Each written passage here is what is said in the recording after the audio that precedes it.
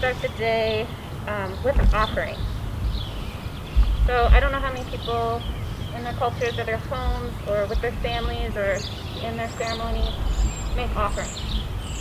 So we can do that with food, we can do that with plants, we can do that with our hair, we can do that with ties like ribbons. And today we're going to do it with tobacco. So tobacco is an offering that the indigenous people of this place, the Ojibwe, the Anishinaabe, First Nations people, would have used as an offering when they were at ceremony, or if they were going to go planting something, or if they were going to go harvesting something.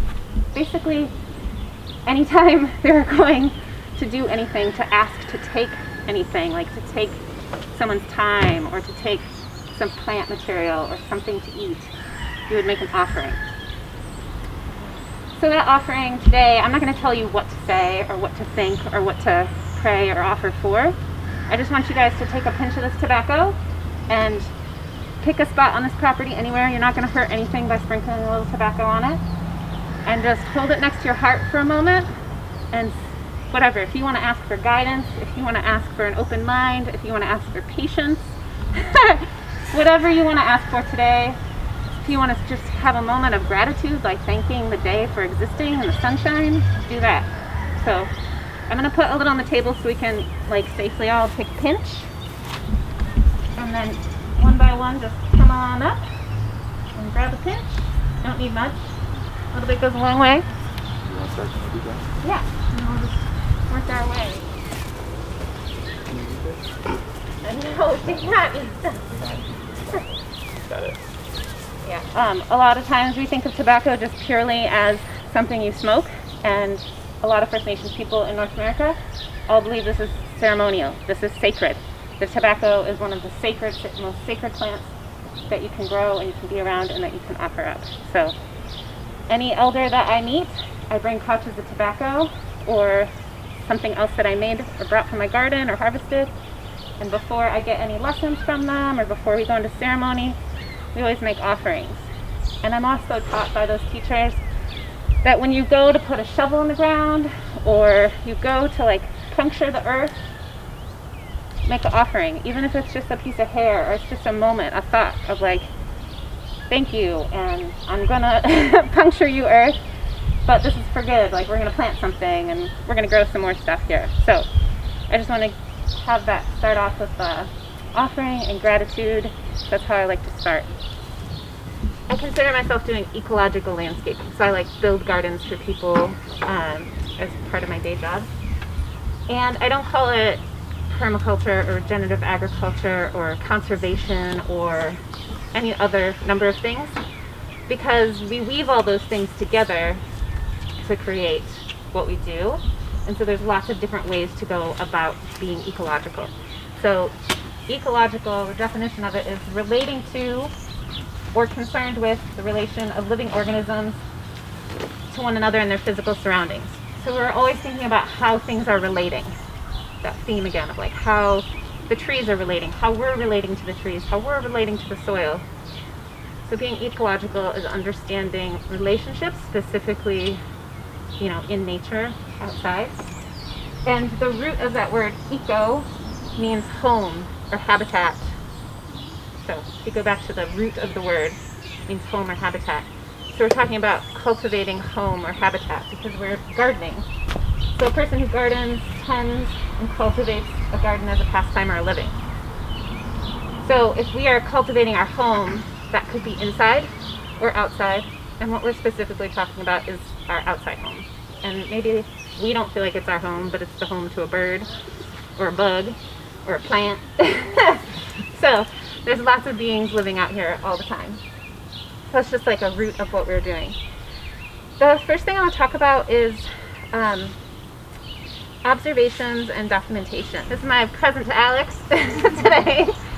And it's really simple. It's meant to just like live in the greenhouse or the shed here, so that anybody that comes to the garden and is working can write down what they notice, what they've done, what they think needs doing.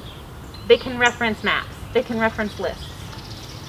So if you have all that information in one spot, that creates clear communication, and clear communication leads to success, I think, right? Hopefully. That's the end goal. So this is kind of a bigger one for a bigger group of people, and yours are going to be more personal. But there's just paper in here, and then there's a copy of the plan, the design that we're working on as a community for here. There's the engineered drawing of what the community building is going to look like. There's this really cool plant map that somebody made that inventoried everything that's on the property already, which is super helpful. So if somebody's here working and they see a little flag and they're like, what is that plant? They can come here and identify it. And then I also added the list of all the plants they want. So some of them they have, some of them they want. You know, use it to keep notes, keep track of things. And I hear, do you guys have a garden that you guys are building? We're going to actually design the lot. We're going to do community engagement, speak with residents, and then just, design the lot. Cool.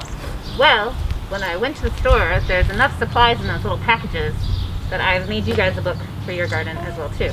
So it's completely empty because you guys are starting out fresh. So that's for you guys. Take with you. And why do you think it's important to gather all that information in one spot? What is the point?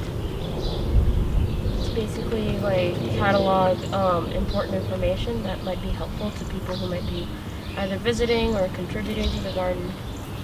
So, incredible answer. That's good. Any other reasons you guys think it would be important? For me, it's probably like organization and like it helps you remember because I have really bad memory. That would be good. I bet you don't have a bad memory. I bet you have a selective memory for the things you want to remember. Nice. Yep. Yeah, that's pretty much it. And if you know what you have and you know what you're working towards, it's much easier to get everyone else to buy in. So if you can show people this is what our end goal is, like we have a fancy map here of what this place is going to look like in a couple years. And if you know that's the goal you're working towards, then when people come to contribute, they can help you reach that goal and they can, help contribute. And if you don't know, like if you start making these plans and you start in that book, you have a list of like what we need, a list of what we want to do, a list of what's been done, a list of contacts or resources. Like putting all those things in one place is really helpful. And then if you have a list of what you need, then as people say, how can we help you? How can we support you? You can say, oh, we need this right now. We need more soil. We need more containers. We need a shovel.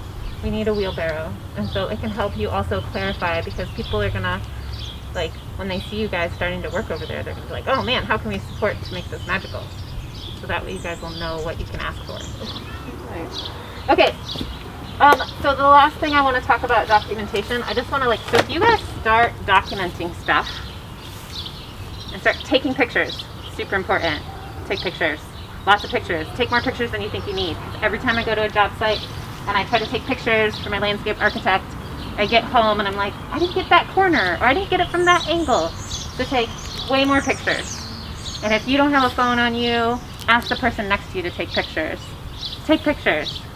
Can I say it one more time? Take pictures! Before and after pictures are super, super important. Write things down. Google Drive is your friend. So the way that I communicate with my teammates, some of them are in Australia, is via Google Drive and email. So we design whole properties, giant plans, mostly with Google and Zoom meetups. And sometimes I'm the only one that goes to the job site, or my partner Charlie's the only one that goes to the job site, and I have never actually set foot on it. And because he's been there and he can feel it and he's taken pictures, and we've got Google Earth, and we can document and map things, then we can do the work. So, the last thing I want to show you guys is when you document something long enough, you can create really amazing pieces of, it's basically, it feels like a piece of art that we worked on. But this is documents from a 4-year project that we did in New South Wales, which is in the rainforest in Australia. And we worked for this client who lives This is the river that runs through his property. This is kind of a big map of the property. We worked with him for over 4 years to create this. And it talks about everything. So he asked us, this is one of the few clients that has ever actually paid us to put what we recorded and what we documented into a piece like this, so he can share it with people. But you can do this too with your project. This is what I've been encouraging Alex to, keep the documents and the records of. Because you can create beautiful maps. You can also show, these are resources for the crews that work there. We have identified all of the local weeds that are a big issue, and so these posters are hanging on the wall of the staff room. So that's something you guys can use in your garden. If you start documenting your common weeds, you can then make a poster so when people come to help you, they can pull the weeds, they can see what your problems are and pull the weeds. So we also want to show you, so we mapped out where all the projects are, and then each project area has a little description and pictures of what it looks like. Sometimes before and after, sometimes just after. But this was all because of documentation, the only reason we could pull this off. And it's obviously an awesome portfolio piece for us, but it also tells a story. So whoever inherits this land next, whoever starts to steward this land next, has this whole record of what's been going on there, which is not something we have for a lot of places that we live and work. So documentation is your friend. All right, are you guys ready to get your hands dirty? Or at least some gloves dirty? Yeah. So let's get some seeds in the ground, and then we'll talk about how to care for the plants. I brought some examples for you guys. I want you guys to have some seeds to take home, and I want you guys to plant some seeds for the garden here. So we're helping them out because, it's really nice to, when you go to some new place, to help them. Does anybody like cilantro? Yeah. You don't like it? I never tried it. All right. So good. I don't think, is there any in the greenhouse, Eric? Cilantro? No, not yet. Not yet, okay. And then we're gonna plant some sugar snap peas. Anybody like snap peas? Okay, they're okay. I got these because they grow really fast. So I want you guys to have some almost instant gratification. It's about as close as you can get. So they'll pop up really fast, and what we'll do is we'll plant half of your pot with cilantro and half with snap peas. So I bought this seed mix. You can start with lots of different things. Some people just use compost or topsoil, but getting seed starting mix is nice because it's clean, it's sterile, you don't have weeds growing in it. And also this is basically just it's just a almost sterile soil mix in a way. It says this has some mycorrhizal fungi, in here, but usually seed starting mix doesn't have a lot of food in it because everything the seed needs to get started is inside the seed. It's all in there. So when a plant makes a seed, it packs it full of all the nutrients and things it needs to get started aside from soil and water. So the soil, gives it a place to grow, and the water wakes it up. So we're going to wake up these seeds that are sleeping right now by putting them in some soil with some water. When you guys do this, this is really light and fluffy and really dry. So you're going to make a mess, and that's great. And we're going to pack the soil in here, and you're going to push it in because it's really fluffy. And once you get your pack like that, nice and full, it'll seem almost over full. We're going to go ahead and get it wet. And it's going to take a minute. We're going to have to wet it a few times because it's really dry. So what we'll do is we'll each pack one of these for ourselves, and we'll fill up a few of these trays, and then we'll start watering them. What our goal is to kind of pull out the plant material that's in here, because neither of these beds have anything that we have to keep, there's no perennials in them or nothing that somebody already started. So we're going to use our hands because this is like pretty light soil. And we're going to pull the plants out. We can pull out big sticks. Get in there and try to get the whole root out. So we're not trying to just pull the tops off like that. We want to get our fingers in there and kind of wiggle and pull the plants out.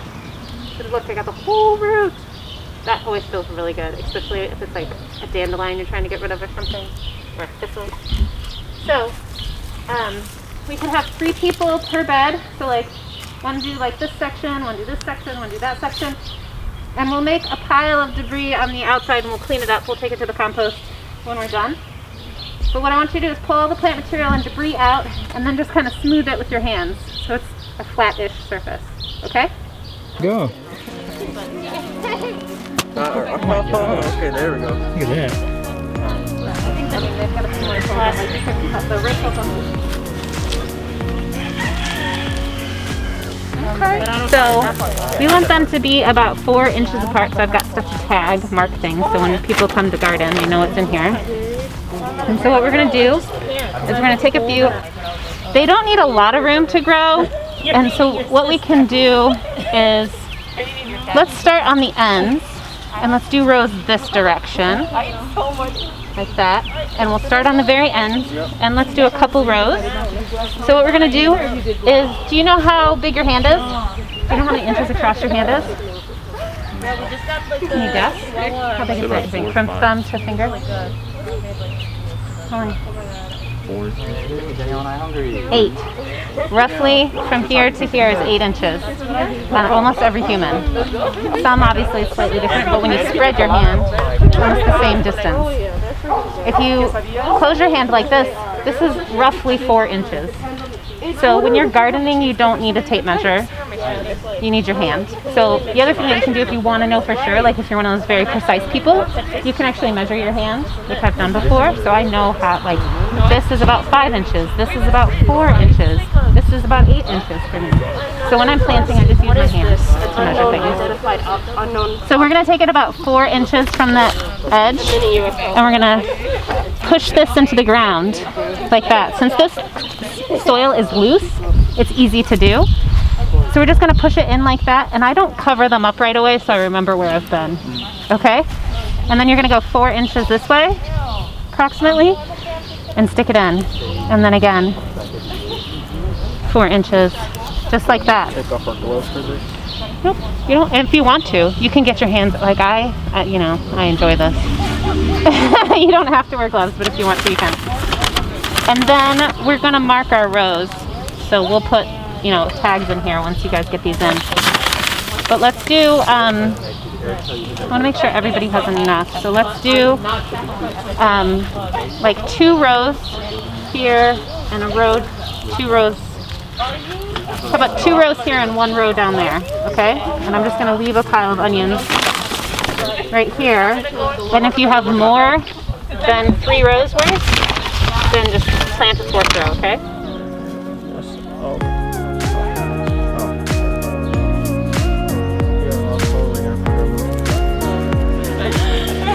She almost got mine. Did y'all do that? I was stretching. She almost like soccer kicked me. But yeah, I didn't like getting my.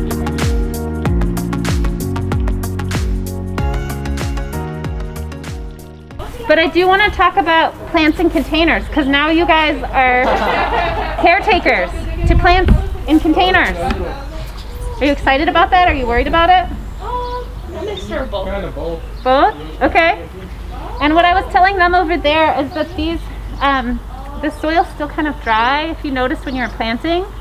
So you can take your little seed home and put it in like a Tupperware or a pie pan and put some water in it, and it'll drink it from the bottom as well too overnight to make sure it's really saturated. And then you need to check them every day to see if they need water. Every day. Every day.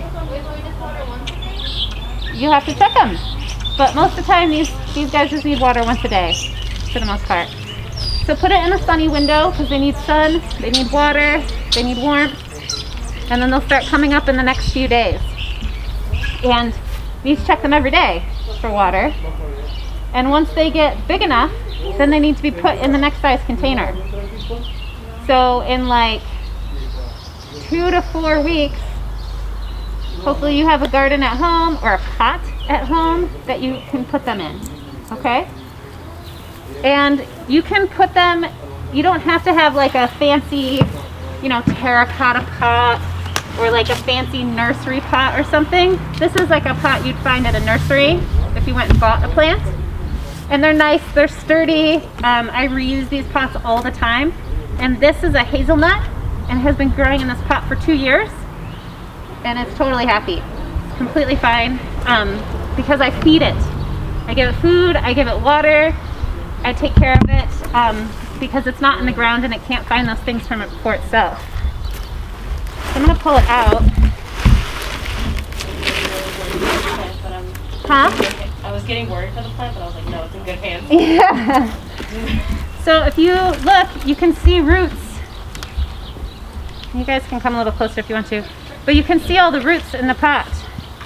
So it still has room to shoot out, like it still can grow in this pot for probably another season. Like I could probably get through the summer with it, but I'll have to water it a lot. So by midsummer I might want to put it in a bigger pot or put it in the ground. But like I said, that one's been in there for 2 years already. And it was very small when I put it in there. And he'll be fine. You'll be okay. You can talk to your plants. I encourage it. It's back to the pot with you. Huh? I said it's back to the pot with you. Yep. Back to the pot. And this is an elderberry. So this is a native. That hazelnut is native too.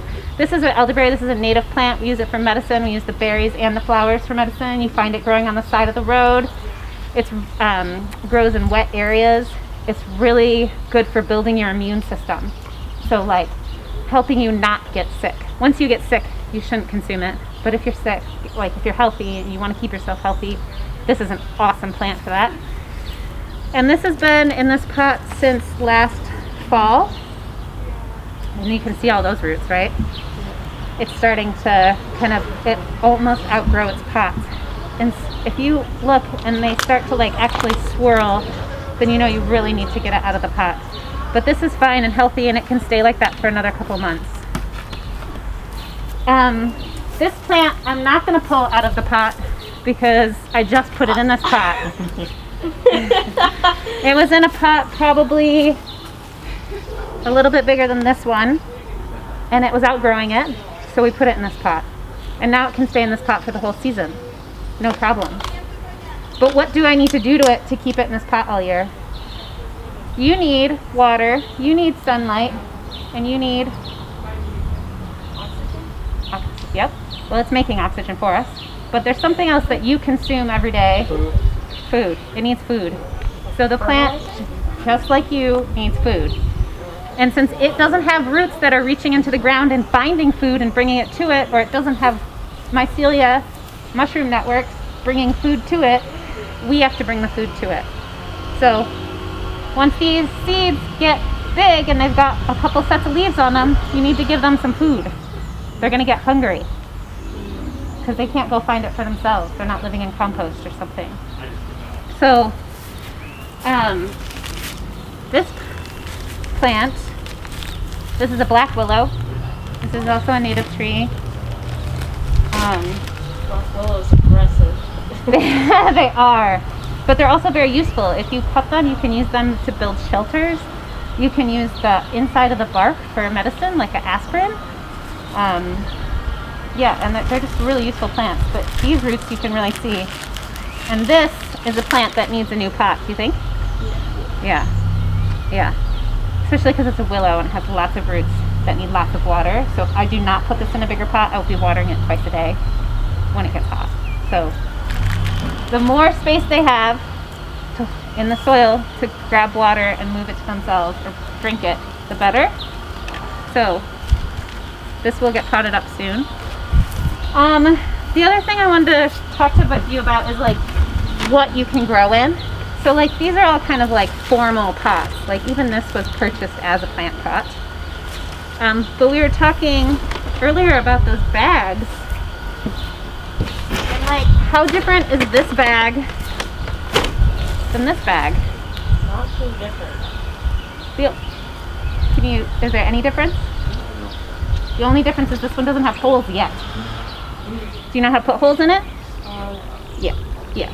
So you can grow plants in this. So you could have actually opened this up with the soil in it, maybe cut off a few inches because it wasn't all the way full, and put seeds right in it and grow in this bag for the whole season. I could slice that bag of potting soil open, I could put it on its side, or I could put it upright and I could cut it open and I could put plants right into it and just grow in that bag. That could be your garden. You can just slice an X on the top, put plants in it, poke some holes in the bottom. So I brought all kinds of things in this bag that you could grow in. Pie pan, holes in the bottom. Yogurt container, holes in the bottom. And what's cool about yogurt containers is they come with their own tray, so you don't get water on your mom's windowsill. Can you grow seeds in this? Holes in it. Or they already have holes in it. Kind of, but it doesn't. I mean, you could put holes in this, but it will weep the soil or the water away just because of the paper. And you could take this part off and use it as a tray. Could you grow a plant in a coffee bag? Yeah, poke holes in it. Could you grow, huh? I can smell the coffee. Could you grow plants in a food container? Yeah, poke holes in it. Could you cut this apart and grow plants in it? Yeah. So you don't have to have a fancy pot. You don't have to have a formal garden. You can buy a bag of soil and cut it open and start growing seeds in it, okay? So don't think that just because you don't have a garden bed doesn't mean you can't grow food.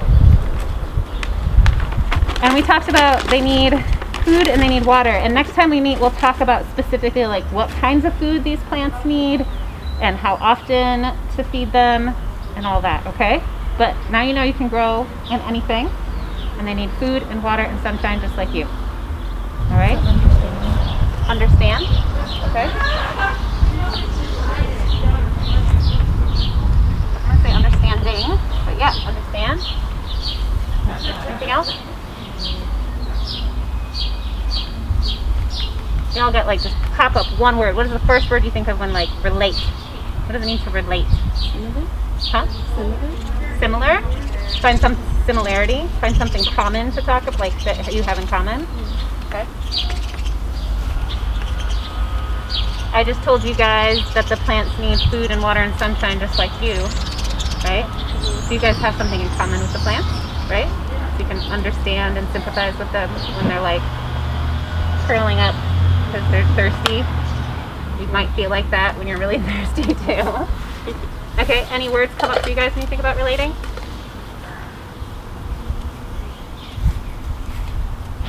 No? No. Okay, that's fine. I'm just popcorning. What does it mean to relate? So I think those are really good answers, like finding similarities, like common ground. Like where are we common? Like we are all humans. We have that in common. We're all here today. We have that in common. We're all curious about growing food. We have that in common. We can have some understanding with each other about that, right? And we can sympathize with like the fact that it's all really, the sun is very hot today in a weird way. Or we can sympathize with, you know, maybe we're all getting really hungry in a way. Do you think that you can relate to a tree? Yeah. Yes? You could relate to a tree? Yeah? What way? We both grow. We both live. Brilliant. The sun. Huh? We both live off the sun. Yep, we both live off the sun. And water and food and stuff like that. Yep, and water and food. So we have a lot of common needs. Yep. Can you guys relate to a rock? No. No? No. No? Kinda no. Sometimes.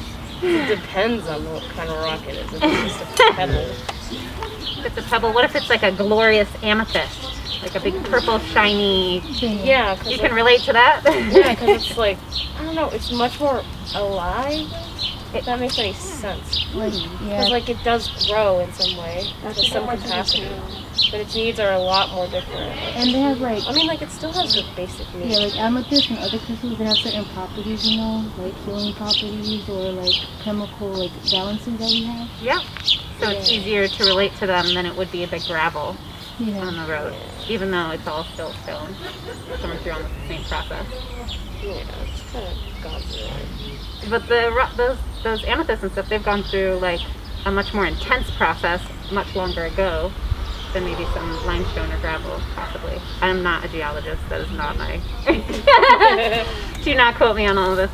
But I'm just curious on like, you know, can we relate to the bees? You know, we saw that bee today, and most of our reactions were like, woo! But is there a way of relating to that bee? Bees probably much more scared of us than we are of it. Very true. Yep. Bees live in really beautiful communities as well. Yep. Wasps are mean. That's on. Huh? Wasps are mean. I don't think. You don't really want to relate with wasps. Yeah, they're mean. I try to relate with things that I'm afraid of, and the fact that I respect the fact that they're probably more scared of me than I am of them, and trying to like respect the fact that that's their home or their space. You know? Yeah, it's their space. I'm not gonna touch it or mess with it. Yeah, like you want to just, you know, we're gonna let you have your space and I'm gonna have mine. So almost everything that we do is like in a way building relationships. Like learning how to relate and to communicate and to work with or to be around. So like when we're in our houses, we're like, we all know how to relate to our siblings or our parents. Like we've been doing it for a long time. So we like, you know, and we are always learning and growing. Like you might have a freak out and your parents might have to like think about how they approach you because maybe that's something they've never had to relate with you around before. Or like maybe you see a plant doing something that you've never seen it do before. So you have to figure out another way to interact or relate with that plant. So I don't have all the answers. I'm not saying any of us are going to have all the answers today. What I'm saying is that like if we can have awareness around how we relate to things and being able to adapt and adjust how we relate to things as stuff changes. So like if we were doing this 2 years ago, we would all be sitting right next to each other, masks off. You know, we'd probably be high-fiving and like, you know, all that kind of stuff. So that's how we related back then. But now we have to relate differently. I haven't gotten to see all your beautiful smiles today, which is kind of painful. Maybe we should like stand back, mask off, big smiles before we go. But some people really miss that. Or I think about talking to my grandma and it's harder to relate with her now that she can't read my lips. Right? See, I have to find a different way to relate with my grandma because things change. So I just want you, like, as your seeds grow, as you start learning about each other and like you start learning about the land that you're working on, you start building relationships, just kind of keep that in mind, like how you're doing that interacting and how that might change, how your perspective might change. Like you guys might be new to each other, you might know each other well, or maybe you guys know each other from a different situation and you're learning about each other in a different way now. I want to talk about ways of seeing, and I titled this Ways of Seeing Ecology and Indigenousness. So paying respect and exploring. So does anybody know, Eric, this is a question for you. Do you know who was on this land, who lived on this land before Cesar Chavez Community Garden? Is it the Ojibwe? No, like who owned this lot before? It's kind of like, yes and. Well, we know that there was a house here, and Thank you, Brian. the limited information that we have is it looks like that house may have burnt down at some point. So the house was demolished, and the lot was empty, and then there was a group before us that tried to make this a community garden. Okay, yep. Yeah. All right. So then my question is like, who lived here before that? And who lived here before that? And who lived here before that? And Eric kind of answered that question. Like the Anishinaabe, some form of the Anishinaabe tribes of the Three Fires, the Ojibwe, the Ottawa, the Potawatomi. maybe the Wyandotte walked through here, used this land. We don't have exact records of like who did what on what land and what it looked like specifically, but we know that it has a long history. And like today I've pointed out a couple times, like this is a native plant. This plant has been here as long as this continent, you know, for at least the last few hundred years, thousands of years, right? And it keeps growing here. This plant is native to here. And like acknowledging that and learning about it is super important. And part of our offering this morning was to acknowledge the traditions of the people who lived on this land before us and respecting that and honoring it. So if we look at this landscape as home, as ecologically, like this, what if this is our home? Could this be our home? Is this our home? What if we treated it like our home, like our bedroom or our bathroom? Or what if we treated it with like respect and like cleaned it up and cared for it and walked it and lived in it and slept on it? This is a rhetorical question. I'm not looking for an answer. I'm saying what if? And what if we always took a moment to have some respect for whoever lives on the land that we're working on or the land that we're working on? It's like taking that time to have gratitude and maybe seeing from a different perspective is what I'm inviting you to do. Is just to like have a bigger perspective. Like when you see the bee, like you saw that I like dug in there because I'm like, maybe there's a bee house in there. Maybe we need to change our plan. So we adjusted, you know, like we keep making adjustments to see what's changed and what's adapted.